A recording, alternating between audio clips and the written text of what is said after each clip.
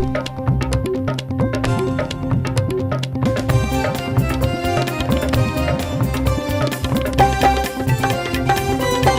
And welcome to कहिए जनाब। आज हमारे साथ हैं भारतीय जनता पार्टी के राजनाथ सिंह। राजनाथ सिंह को हमें बधाई देनी चाहिए। भारतीय जनता पार्टी में आजकल नेतृत्व की क्राइसिस है, सब लोग छुपे हुए हैं, नरेंद्र मोदी सबको डरा रहे हैं। उसके बावजूद राजनाथ सिंह आज हमारे साथ आए और जवाब देंगे कि आजकल भारतीय जनता पार्टी क्यों बन गई है bad joke party. Welcome to the show. पहले तो मैं आपको बधाई देती हूँ। जो आजकल भारतीय जनता पार्टी का हाल है, सारे नेता बिल्कुल छुपे हुए हैं। एटलीस्ट आप पार्टी के लिए इतने चिंतित तो हैं कि आप बात कर रहे हैं लोगों से। आजकल आपके अध्यक्ष से मैंने कहा था कि भारतीय जनता पार्टी को इकोनॉमिस्ट ने डिस्क्राइब किया, जो दुनिया की बहुत ही संजीदा मैगजीनों में से है, बैड जोक पार्टी। उसके बाद ब्लॉग का प्रकरण हुआ, उसके बाद 5 जनवरी का प्रकरण हुआ। क्या हो रहा है भारतीय जनता पार्टी को, और इतनी दयनीय हालत कभी थी भारतीय जनता पार्टी की? नहीं, भारतीय जनता पार्टी की दयनीय हालत नहीं है। क्या है? भारतीय जनता पार्टी निरंतर मजबूत होती जा रही है और साथ ही साथ भारतीय जनता पार्टी अपने सिद्धांत और कार्यक्रमों के आधार पर निरंतर काम कर रही है। कहीं पर कोई संकट भारतीय जनता पार्टी में नहीं है। मुझे एक चीज़ बताइए कि जब देश को नेतृत्व की ज़रूरत है, आप अपने नेतृत्व के सवाल कब तक सुलझाएंगे कि देश को भारतीय जनता पार्टी नेतृत्व दे पाए? भारतीय जनता पार्टी में नेतृत्व का कोई संकट नहीं है। संकट ही संकट है। बिल्कुल संकट नहीं है। मैं आपसे संजीदा होकर पूछ रही हूं। नहीं, बिल्कुल मैं संजीदा होकर ही जवाब दे रहा हूँ। उसका कहीं पर कोई संकट नहीं है। भारतीय जनता पार्टी में नेतृत्व की कोई कमी नहीं है और भारतीय जनता पार्टी में किसी पद को लेकर न कोई दौड़ होती है और न किसी के द्वारा कोई दावा पेश किया जाता है। चलिए मैं आपसे सीधा सवाल पूछती हूँ कि अब इस वक्त नरेंद्र मोदी क्या आपके फर्स्ट अमंग इक्वल्स, मतलब सारे एक जैसे लोगों में नंबर 1, क्या नरेंद्र मोदी इस वक्त प्राइमस इंटरफेरेंस है भारतीय जनता पार्टी के लिए? नहीं, अब इस संबंध में जो भी फैसला करना होगा भारतीय जनता पार्टी की सेंट्रल पार्लियामेंट्री बोर्ड करेगी। उस संबंध में कोई इंडिविजुअल ये नहीं बतला सकता कि हमारा प्राइम मिनिस्ट्रियल कैंडिडेट कौन होगा। जहाँ तक श्री नरेंद्र मोदी का प्रश्न है, नरेंद्र मोदी ने मुख्यमंत्री के रूप में बहुत ही अच्छा काम किया है और गुजरात को एक डेवलपमेंट के मामले में, विकास के मामले में इसे हिंदुस्तान का एक मॉडल स्टेट बनाने में कामयाबी हासिल की है। मैं जानती हूँ कि आप अटल बिहारी वाजपेयी को बहुत ज़्यादा आप उनको स्नेह करते हैं। उन्होंने एक बात कही थी, उनकी एक कविता है, छोटे दिल से कोई बड़ा आदमी नहीं बनता। ये गुजरात में पोस्टर लगे हैं, क्या आप अटल बिहारी वाजपेयी की इन लाइनों से सहमत हैं? नहीं, मैं हमारे यहाँ छोटे दिल का कोई है ही नहीं। जो संजय जोशी के साथ नरेंद्र मोदी ने किया वो छोटा दिल नहीं था तो क्या था? नहीं, हमारे यहाँ कोई छोटे दिल का है ही नहीं। यदि छोटे दिल का कोई होता तो मैं निश्चित रूप से उस संबंध में आप इन पंक्तियों से सहमत हैं? नहीं, उन्होंने जो कहा वो तो सही कहा, लेकिन इसमें कहीं अटल जी ने जो कहा वो सही कहा, लेकिन हमारे यहाँ छोटे दिल का कोई है ही नहीं। जो गुजरात में पोस्टर लगे और जो संजय जोशी प्रकरण हुआ, मैं समझता हूँ कि हमारे जो राजनीतिक प्रतिद्वंदी हैं, कहीं हो सकता है कि उनके द्वारा यह कोई एक साजिश हो भारतीय जनता पार्टी को बदनाम करने के लिए और भारतीय जनता पार्टी के बारे में मतलब एक देश के जनमानस में एक खराब छवि बनाने के लिए। संजय जोशी का इस्तीफा नेशनल एग्जीक्यूटिव से विपक्ष ने दिलाया। देखिए, ये पार्टी का एक सब सारा अंदरूनी मामला होता है, किसको रहना किसको नहीं रहना, ये सब सारे फैसले पार्टी करती है। अच्छा, चलिए लालकृष्ण आडवाणी की बात करते हैं। आप, मुझे लग रहा है जैसे आंखें बंद करे बैठे हुए हैं, जो चारों तरफ आग लगी हुई है भारतीय जनता पार्टी में। उन्होंने खुद आंखें पूरी तरह से खुली हुई हैं। उन्होंने खुद अपने ब्लॉग में लिखा कि जो मीडिया कह रहा है, क्योंकि आप लोग बार बार कहते हैं कि मीडिया भारतीय जनता पार्टी के बारे में गलत चीज़ें लिखता है, गलत बयान छापता है, ये सब करता है। LK आडवाणी ने कहा कि मीडिया सही लिख रहा है। देश को जो उम्मीदें थी भारतीय जनता पार्टी से, भारतीय जनता पार्टी उसमें खरी नहीं उतर रही और भारतीय जनता पार्टी को अच्छी तरह से आत्मचिंतन करना चाहिए कि वो क्या कर रही है, जो नेतृत्व की होड़ लगी हुई है। वैसे उन्होंने यह नहीं कहा कि मीडिया जो लिख रहा है वो सही लिख रहा है। आडवाणी ब्लॉग में मैं आपको कोट कर रही हूँ, कहा है उन्होंने। अच्छा, दूसरी बात, आडवाणी जी हमारी पार्टी के एक वरिष्ठ नेता हैं, तो मैं समझता हूँ कि आडवाणी जी ने जो कुछ भी अपने ब्लॉग में कहा है, उसे मैं एक उनके सलाह और मशवरे के रूप में लेता हूँ। आप उनकी चेतावनी सुन रहे हैं? चेतावनी उन्होंने नहीं दिया। क्या दिया? या तो जो बड़े बुजुर्ग होते हैं बराबर जो है अपने परिवार के जो भी बच्चे होते हैं, जो भी सदस्य होते हैं, उनको समय समय पर उनको बराबर सलाह देना, मशवरा देना, ये तो एक बहुत ही स्वाभाविक है। राजनाथ सिंह जी, यही सलाह बंद कमरे में भी तो हो सकती थी। बंद कमरे में सलाह देना एक बात होती है, जिसे कहते हैं ओपन लेटर। अपनी पार्टी को, जो पार्टी को जिसको उन्होंने बनाया है, जिस पार्टी को उन्होंने सींचा है, जिस पार्टी को वो 2 से 180 तक ले गए, उस आदमी को आज आपकी पार्टी को एक ब्लॉग से हिदायत देनी पड़ रही है। दुख की बात नहीं है? नहीं, देखिए कोई हिदायत उन्होंने कोई ऐसी नहीं दी, बस ये है कि सब लोग अपना दुख जाहिर किया है नहीं, भारतीय जनता पार्टी के हाल पे। नहीं, ऐसा नहीं है कि उन्होंने कोई बहुत नाराजगी जाहिर की हो, बस यह है कि ब्लॉग में जो कुछ भी लिखा उसे बस एक हम लोग ये मानते हैं कि वो एक उन्होंने वरिष्ठ होने के नाते पार्टी के लोगों को एक सलाह मशविरा दिया उनका ब्लॉग इसी रूप में लिया जाना। जिस दिन आपने एक भारत बंद किया था उसी दिन उन्होंने वो ब्लॉग अपलोड किया, उसी दिन उन्होंने इस ब्लॉग को पब्लिक किया। बस मैं यह मानता हूं कि जो कुछ भी उन्होंने कहा है वो पार्टी के लिए एक सलाह मशविरा है, इसके अतिरिक्त उसे और कुछ मैं नहीं मानता हूँ। आपकी पार्टी में कई नेता हैं, लालकृष्ण आडवाणी हैं, डॉक्टर मुरली मनोहर जोशी हैं, यशवंत सिन्हा हैं, जो एक उम्र से ज़्यादा हैं।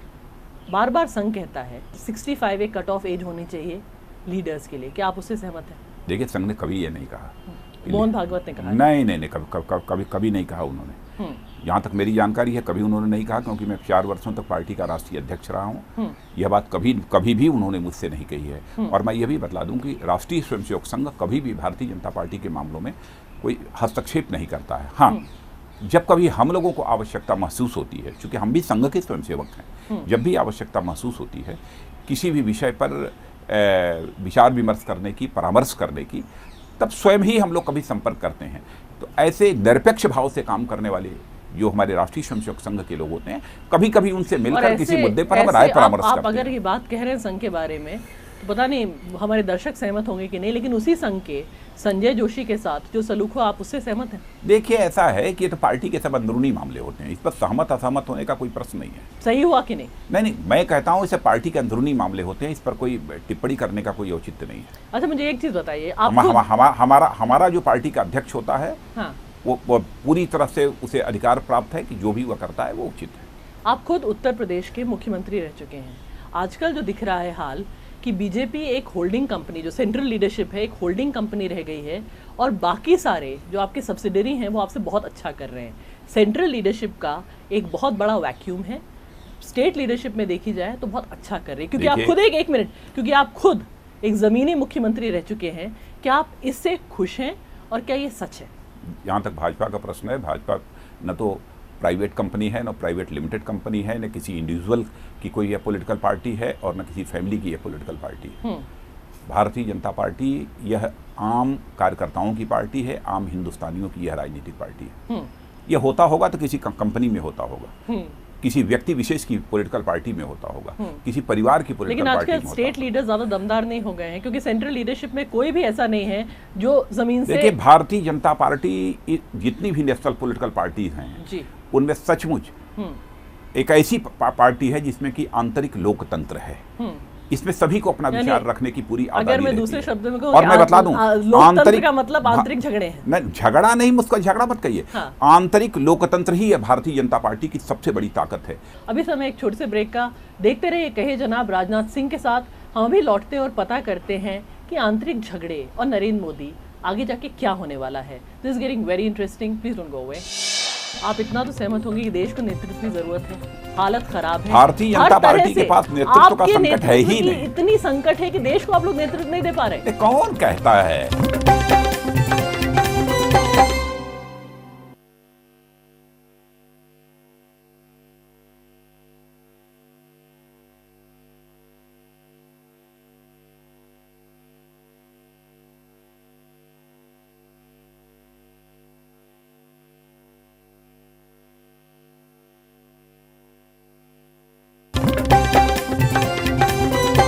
Welcome back. कही जरा हम लोग बातचीत कर रहे हैं भारतीय जनता पार्टी के वरिष्ठ नेता राजनाथ सिंह से, और पता कर रहे हैं कि भारतीय जनता पार्टी आजकल बैड जोक पार्टी क्यों बन गई है।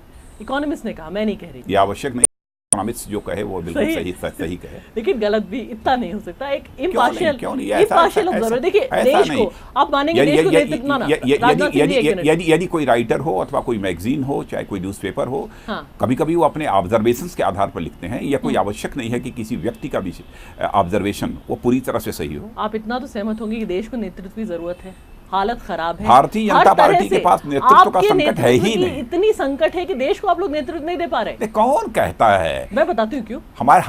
देखिए, आज नरेंद्र मोदी आपकी पार्टी से एक तरह से बड़े नहीं हो गए हैं, संघ से बड़े नहीं हो गए, अपनी मनमानी करवा रहे हैं कि नहीं? देखिए, भारतीय जनता पार्टी में कहीं पर कोई नेतृत्व का संकट नहीं है। भारतीय जनता पार्टी में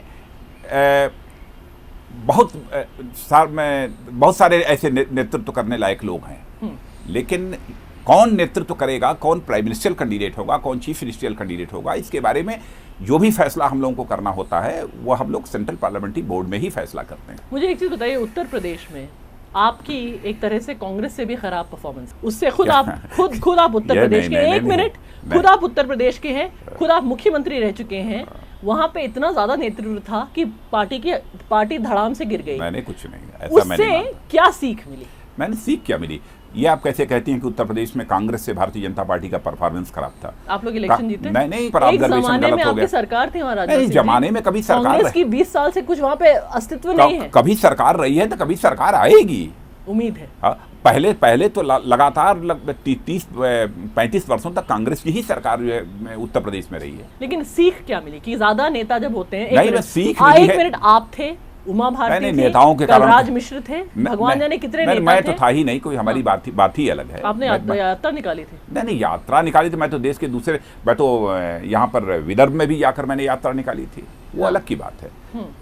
लेकिन मैंने ये कहा ना कि सीख बस इतनी ली है कि भारतीय जनता पार्टी को उत्तर प्रदेश में और सशक्त एवं प्रभावी बनाने की जरूरत है, और जन सामान्य का विश्वास हासिल करने के लिए हमें जन समस्याओं को लेकर संघर्ष करने की जरूरत है। वहाँ पे उत्तर प्रदेश के पूरे कैंपेन में नरेंद्र मोदी नहीं आए, उससे पहले आपका नेशनल एग्जीक्यूटिव हुआ, नरेंद्र मोदी नहीं आए। नरेंद्र मोदी नाराज हैं, ये पूरा देश जानता है। इसी प्रोग्राम में कहिए जनाब में नितिन गडकरी ने माना कि वो नरेंद्र मोदी से उनकी कोई बातचीत नहीं होती, तो उन्होंने ये तक कहा कि नरेंद्र भाई का बहुत बड़ा दिल है, नरेंद्र भाई से वो बात करेंगे और पूरा प्रॉब्लम सॉल्व कर लेंगे। आपको लगता है कि मुंबई में जो हुआ, नरेंद्र मोदी वहाँ पे आए और एक तरह से जो वहाँ पे हालात हुए, उसके बाद जो एक परेशानी थी वो सॉल्व हो गई? देखिए, नरेंद्र भाई से तो हमारी बात होती रही है, लेकिन नरेंद्र भाई ने कभी मुझसे कोई नाराजगी जाहिर नहीं की है। तो आपसे नाराज नहीं थे? नितिन गडकरी से नाराज थे? नहीं, ये तो मैं मानने को, उनके बारे में भी कभी हमसे अभी कोई नाराज नहीं। नितिन गडकरी के बारे में भी कभी उन्होंने मुझसे नाराजगी नहीं जाहिर की है, इसलिए इस संबंध में मैं कुछ नहीं कहूँगा। मुझे एक और चीज़ बताइए, यशवंत सिन्हा आपके संघ के मंत्री थे, बहुत वरिष्ठ नेता हैं, उन्होंने कहा कि भारतीय जनता पार्टी के झारखंड के राज्यसभा में सीटें भारतीय जनता पार्टी ऑक्शन कर रही थी, उसके बाद जो आदमी चुनाव के लिए खड़ा हुआ था उसने विड्रॉ किया, इतने नेताओं के बारे में बातचीत की, और एसएस अहलूवालिया जो आपके डेप्यूटी लीडर थे वो हार गए। ये क्या था? देखिए, उन्होंने क्या कहा क्या नहीं कहा ये तो मैंने नहीं सुना है, लेकिन मैं आप आजकल अखबार नहीं पढ़ते? नहीं, अखबार पढ़ने की बात को, अखबार में जो चीज आए वो सही हो, ये कोई आवश्यक नहीं है। नंबर 1। नंबर 2, जब प्रत्याशियों के बारे में कोई भी फैसला हमारे यहाँ होता है तो सेंट्रल इलेक्शन कमेटी ही उसका फैसला करती है, इसलिए किसी इंडिविजुअल को इसके लिए रिस्पॉन्सिबल नहीं ठहराया जा सकता। नहीं, इंडिविजुअल को रिस्पॉन्सिबल नहीं ठहराया जाता। आप खुद अध्यक्ष रह चुके हैं, क्या भारतीय जनता पार्टी में भी वही बीमारी आगे जो और पार्टियों में कि राज्यसभा सीटों को ऑक्शन किया जा रहा है? मैंने भारतीय जनता पार्टी में कोई बीमारी है ही नहीं। Pink of health, Bharatiya Janata party पूरी तरह से हेल एंड हार्टी है। अच्छा, मुझे एक छोटा सा जवाब दे दीजिए, अगर हेल एंड हार्टी पार्टी है तो एक तो इतने देश इतने बड़े संकट में है, आपका एक जिसे कहते हैं चेहरा इस संकट के लिए कौन है? कहाँ आपको, देश यदि संकट में है तो देश संकट से उभरना चाहिए। बिल्कुल। इसलिए इस सरकार के ऊपर प्रेशर बिल्डअप करने का काम चाहे संसद हो अथवा सड़क हो, बराबर भारतीय जनता पार्टी ने किया है। अभी आपने देखा पेट्रोल की कीमतें जब 7.5 रुपये प्रति लीटर की दर से बढ़ी हैं, तो भारतीय जनता पार्टी ने तुरंत अपने एनडीए के साथियों से परामर्श करके सारे देश भर में बंद की घोषणा की, केवल सरकार के ऊपर प्रेशर बिल्डअप करने के लिए। उसी दिन तो स्वस्थ लोकतांत्रिक व्यवस्था में सरकार के ऊपर प्रेशर बिल्डअप करने का लोकतांत्रिक तरीका यही होता है, और इसके अतिरिक्त तो कोई दूसरा तरीका नहीं होता। नहीं, वो आप सही कह रहे हैं, लेकिन जिस दिन आपने भारत बंद किया, पेट्रोल प्राइसेस, पूरा देश दुखी है, उसी दिन वो ब्लॉग लिखा गया जिसमें सिर्फ तारीफ की गई थी अरुण जेटली और सुषमा स्वराज की। देखिए, उस संबंध में मैं पहले भी बोल चुका हूं और मैं कहना चाहता हूं, वो पार्टी के सीनियर लीडर थे, वो पार्टी को अपना सुझाव दे सकते हैं, पार्टी के लिए उनका बहुत बड़ा कंट्रीब्यूशन है। इसलिए पहले ही मैंने कहा कि जो कुछ भी उन्होंने कहा है उसे उनके सुझाव के रूप में, सलाह के रूप में मैं विनम्रतापूर्वक स्वीकार करता हूं। कैसे हैं लालकृष्ण आडवाणी को, जैसे मैंने खुद कहा, उन्होंने पार्टी को सींचा है, उन्होंने पार्टी को बनाया है, आप उन्हें किस नजरिए से अब देखते हैं? देखिए, अटल जी हों, आडवाणी जी हों, इनका मैं बहुत सम्मान करता हूँ, लेकिन पार्टी के लिए आज क्या है? वो पार्टी के नेता हैं, एक मेंटोर है। नहीं, एक दो तरह के नेता होते हैं। वरिष्ठ नहीं, हमारे यहाँ एक सक्रिय नेता होता है, एक मेंटोर होता है। नहीं, हमारे यहाँ एक ही प्रकार के नेता होते हैं, हमारे 2, 3 या 4 प्रकार के नेता नहीं होते। ये दूसरी पॉलिटिकल पार्टी में तरह तरह के नेता होते होंगे, हमारे यहाँ सब नेता एक ही तरह के होते हैं। लेकिन पार्टी में हम जितने सारे लोग हैं उनमें सबसे वरिष्ठतम यदि कोई है तो आदरणीय अटल जी, आदरणीय आडवाणी जी। अभी समय एक छोटे से ब्रेक का, देखते रहे कहिए जनाब राजनाथ सिंह के साथ। Please don't go away. Advani ji, आपको लगता है आगे जाके क्या वो आपके चेहरे बनेंगे? सीधा सवाल, मुझे सीधा जवाब दीजिए। देखिए, आडवाणी जी ने कभी भी किसी पद के लिए इच्छा व्यक्त नहीं की।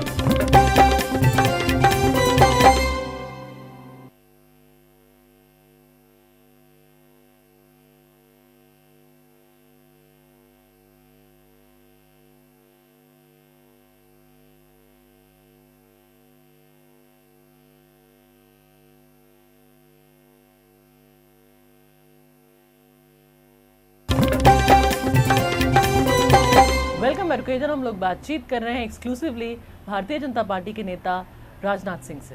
आडवाणी जी, आपको लगता है एक तरह से इस वक्त जो आपका नेतृत्व है उसमें वो आगे जाके, क्योंकि जनरल इलेक्शन ज़्यादा दूर नहीं है, क्या वो आपके चेहरे बनेंगे? सीधा सवाल, मुझे सीधा जवाब दीजिए। देखिए, आडवाणी जी ने कभी भी किसी पद के लिए इच्छा व्यक्त नहीं की है, और मैं समझता हूँ कि पिछले इलेक्शन में वो आपके प्राइम मिनिस्ट्रियल कैंडिडेट थे। जब जनसंघ की स्थापना हुई थी तब से, और जब भारतीय जनता पार्टी की भी स्थापना हुई है तब भी भारतीय जनता पार्टी का कार्यकर्ता अथवा नेता ये कभी कल्पना भी नहीं करता था कि हम कभी सत्ता में आएंगे। उस समय से लोगों ने काम करना प्रारंभ किया है, और बराबर जितना अधिकतम कंट्रीब्यूट कर सकते थे, सत्ता में आने के बाद कोई कल्पना नहीं की थी, और सत्ता में आने के बाद इस तरह से बंदरबाट होने लगा। कोई बंदरबाट नहीं हुई हमारे यहाँ। क्या और मैं बता दूं, चाहे आडवाणी जी रहे हों अथवा कोई भी, हमारे यहाँ किसी ने कभी दावा नहीं पेश किया कि हमको चीफ मिनिस्टर कैंडिडेट घोषित किया जाना चाहिए, प्राइम मिनिस्टर कैंडिडेट घोषित किया जाना चाहिए। और मैं एक आपको उदाहरण देना चाहता हूँ। जिस समय मैं पार्टी का राष्ट्रीय अध्यक्ष था, उस समय ही 2009 में लोकसभा का चुनाव हुआ था, और 2009 के लोकसभा चुनाव के पहले जब प्राइम मिनिस्टर कैंडिडेट घोषित करना था तो उसकी पहल मैंने ही की थी। इस संबंध में मैंने अटल जी से भी बात की, हमारे अन्य जो वरिष्ठ सहयोगी हैं इन सब सारे लोगों से भी हमने बातचीत की, और बातचीत करने के बाद हमने सेंट्रल पार्लियामेंट्री बोर्ड की बैठक 2009 में बुलाई, 2008 में बुलाई, और उसमें आम सहमत के आधार पर उस समय हम लोगों ने आडवाणी जी को प्राइम मिनिस्टर कैंडिडेट घोषित किया था 2014 में। लेकिन आडवाणी जी ने कभी यह नहीं कहा कि आप पार्टी के अध्यक्ष हो, हमको प्राइम मिनिस्टर कैंडिडेट घोषित करो अथवा मैं होना चाहता हूं। कभी इच्छा नहीं व्यक्त की। इसलिए मैं समझता हूं किसी व्यक्ति की छवि को धूमिल नहीं किया जाना चाहिए। नहीं, आप मुझे बताइए कि आप जब सारा नेतृत्व देखते हैं, आप कह रहे हैं, आप बार-बार आपकी पार्टी कहते हैं गैलेक्सी ऑफ लीडरशिप। मैं आपकी पार्टी के शब्द मैं पार्टी के शब्द इस्तेमाल कर रही हूँ। अरुण जेटली, सुषमा स्वराज, राजनाथ सिंह, नरेंद्र मोदी, अनंत कुमार, LK आडवाणी, इसमें आप एक इस गैलेक्सी में, मुझे बताइए कि आप उत्तर प्रदेश के मुख्यमंत्री रह चुके हैं। अरुण जेटली ने आज तक इलेक्शन नहीं लड़ा है, दिल्ली यूनिवर्सिटी के प्रेसिडेंट थे, उन्होंने एक इलेक्शन जिंदगी में लड़ा है, वो प्रेसिडेंट थे। सुषमा स्वराज 8 इलेक्शन लड़ चुकी हैं। एक होता है ज़मीनी नेता जो लोकसभा रूट से आता है, और एक राज्यसभा रूट से आता है। आपके असेसमेंट में ये लोग कहाँ हैं? नहीं, ऐसा नहीं। देखिए, हमारे यहाँ जितने भी नेता हैं सभी जमीनी नेता हैं, जमीनी बिल्कुल राज्यसभा में हो अथवा लोकसभा में हो, और राजनाथ सिंह जी जो इलेक्शन नहीं लड़ता वो जमीनी नेता है, और सभी जमीनी हकीकत को समझते हैं। देखिए, लेकिन एक चीज मैं बता दूं, ये आवश्यक नहीं है जो चुनाव लड़े वही जमीनी नेता कहा जाएगा, और जो राज्यसभा में है वो जमीनी नेता नहीं है। यह दावा नहीं किया जा सकता। कई लोग लड़वाते हैं सर। नहीं, लड़वाते हैं, सबकी जिम्मेदारी अलग अलग होती है। कभी किसी को इलेक्शन मैनेजमेंट की जिम्मेदारी दी जाती है, कभी किसी को इलेक्शन कैंपेन की जिम्मेदारी दी जाती है। तो पार्टी को आगे बढ़ाने में, प्रत्याशियों को विजय दिलाने में सबका कंट्रीब्यूशन रहता है। और कंट्रीब्यूशन का जहाँ तक सवाल है, हम निचले स्तर पर, ग्रामीण स्तर पर काम करने वाले कार्यकर्ता से लेकर ऊपर तक के नेता का, सबका कुछ न कुछ कंट्रीब्यूशन इसमें रहता है। लोग कहते हैं कि अगर संघ के हाथ में हो तो वो आपको भारतीय जनता पार्टी का प्राइम मिनिस्ट्रियल चेहरा बनाए, इस पे आप क्या कहते हैं? नहीं, मैं कभी हूँ ही नहीं किसी दौड़ में, तो सवाल ही नहीं, कहीं है हूँ ही नहीं। आप भारतीय जनता पार्टी के राष्ट्रीय अध्यक्ष रह चुके हैं, उत्तर प्रदेश के मुख्यमंत्री रह चुके हैं, इस देश की उस स्टेट से आते हैं जिसके 80 MPs होते हैं। आपका अपना कोई डिजायर ही नहीं है? ना, कोई डिजायर नहीं, कोई डिजायर नहीं। लेकिन क्यों? देखिए, मैं आपको बताऊँ कि हम लोगों ने सामाजिक क्षेत्र में पहले काम करना प्रारंभ किया था। राष्ट्रीय स्वयंसेवक संघ से हमारा संबंध पहले प्रारंभ में आया था, और मैं इस संबंध में 2 टूक देश की जनता के सामने भी खुलासा करना चाहता हूँ। संकोच नहीं है मुझे कहने में। उस समय हम लोगों ने कभी सोचा नहीं था कि हम किसी राजनीतिक पार्टी में जाएंगे, हम इस उत्तर प्रदेश के मुख्यमंत्री बनेंगे, भारत सरकार में 2 बार कैबिनेट मंत्री बनेंगे, पार्टी और कोई पॉलिटिकल पार्टी होगी उसके हम राष्ट्रीय अध्यक्ष बनेंगे। ऐसा तो हम लोगों को कभी कल्पना ही नहीं थी। केवल एक ही चाहत थी, जो संघ ने हमको पाठ पढ़ाया है, कि भारत को हम कैसे महान भारत बनाएंगे, और ऐसा महान भारत जो धनवान भी हो, जिसमें कोई आय की, आमदनी की कोई विषमता न हो, और ऐसा भारत जो ज्ञान और विज्ञान में भी सारे विश्व का नेतृत्व कर सके। एक ऐसे महान भारत का हम निर्माण करेंगे, यही पाठ हम लोगों को पढ़ाया गया। चलिए, तो ये राजनाथ सिंह कह रहे हैं चाहते थे महान भारत बनाना, पहले पार्टी में थोड़ी महानता तो ले आए। देखते हैं इस दौर में क्या होता है। Thank you so much for watching. ये पूरा शो आप znews.com पे भी देख सकते हैं। Thank you and good night.